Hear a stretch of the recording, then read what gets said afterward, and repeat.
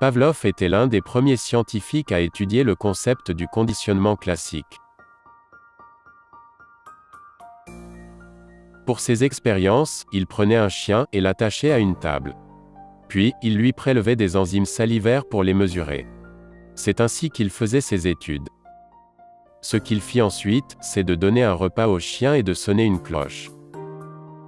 Cela créa un stimulus et une réponse chez le chien. Pendant que le chien mangeait, il avait un stimulus associé qui le conditionnait, le son de la cloche.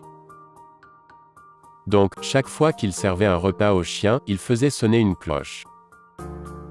Et après un certain nombre de répétitions, il supprimait le repas et faisait sonner la cloche. Le chien associait alors une expérience passée avec l'instant présent. Autrement dit, la plupart des conditionnements sont basés sur des événements passés. Donc, si vous prenez par exemple quelqu'un qui a été dépendant à la prise de médicaments antidouleurs pendant un certain temps, que cette pilule a une certaine couleur et une certaine forme, et que cette pilule a pu calmer la douleur de cette personne suffisamment longtemps.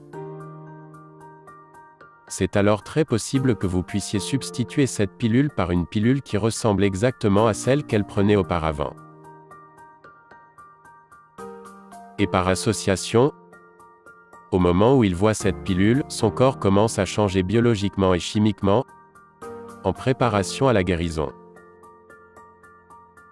Autrement dit, quand Pavlov faisait sonner la cloche, et que le chien entendait ce son, cela recréait dans son cerveau l'image de cette expérience passée, qu'il s'attendait alors à revivre dans l'instant présent. Le corps du chien, automatiquement, de façon autonome, physiologiquement, chimiquement, inconsciemment, commençait alors à changer pour se préparer à l'événement.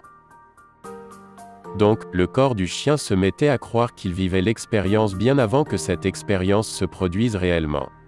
C'est pourquoi beaucoup d'études sur le placebo se concentrent sur la douleur, la dépression et l'asthme. Vous pouvez donner à quelqu'un un type de substance qu'il pense être la vraie substance, car la pilule ressemble à l'original. Et par conditionnement, leur corps commence à produire les mêmes substances chimiques, exactement comme le chien de Pavlov.